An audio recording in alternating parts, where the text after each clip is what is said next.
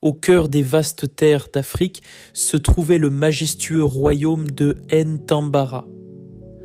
Un royaume prospère où les rivières ne tarissaient jamais, où les récoltes étaient abondantes et où le grand baobab sacré veillait depuis des générations sur les traditions et la paix du peuple. Les habitants vivaient dans l'unité, les marchés débordaient de vie, les tambours rythmaient les grandes cérémonies et les anciens rendaient la justice sous l'ombre protectrice du baobab. Beaucoup enviaient ce royaume car on disait que tant que le peuple resterait uni, rien ne pourrait ébranler Ntambara. À la tête de ce royaume régnait un jeune souverain aimé de tous. Il s'appelait Kofi.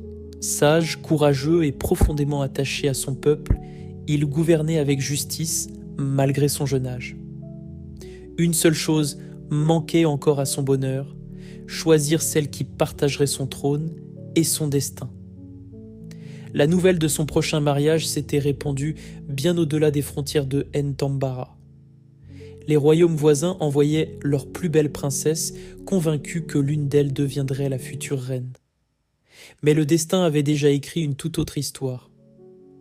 Approchez-vous du grand baobab, installez-vous confortablement, car aujourd'hui encore, ses racines vont nous raconter une histoire que le temps n'a jamais pu effacer.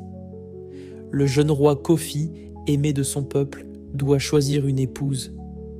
Tous les royaumes voisins sont convaincus qu'il épousera une princesse de sang royal. Mais contre toute attente, il choisit Aïcha, une jeune femme issue d'une famille de cultivateurs, connue pour sa bonté, son humilité et sa sagesse. Le peuple applaudit cette décision. En revanche, la reine mère Saké est profondément humiliée. Elle rêvait de marier son fils à la princesse Zawadi afin d'accroître le prestige et la puissance du royaume. Le mariage est célébré dans une ambiance grandiose.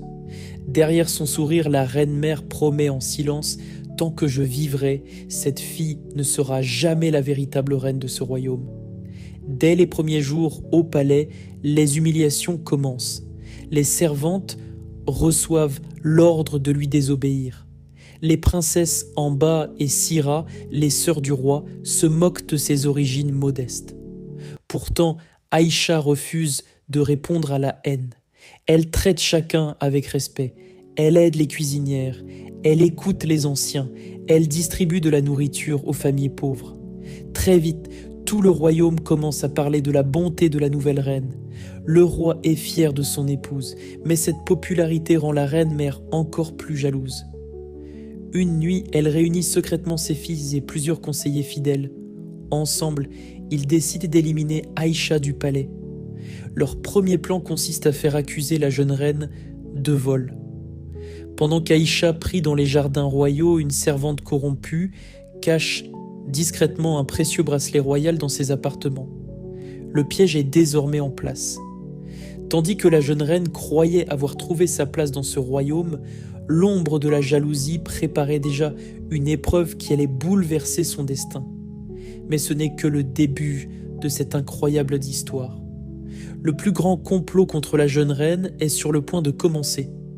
Alors, si vous voulez découvrir ce qui arrivera à Aïcha, abonnez-vous dès maintenant à la chaîne Les Contes du Baobab, activez la cloche de notification et ne manquez surtout pas le prochain épisode.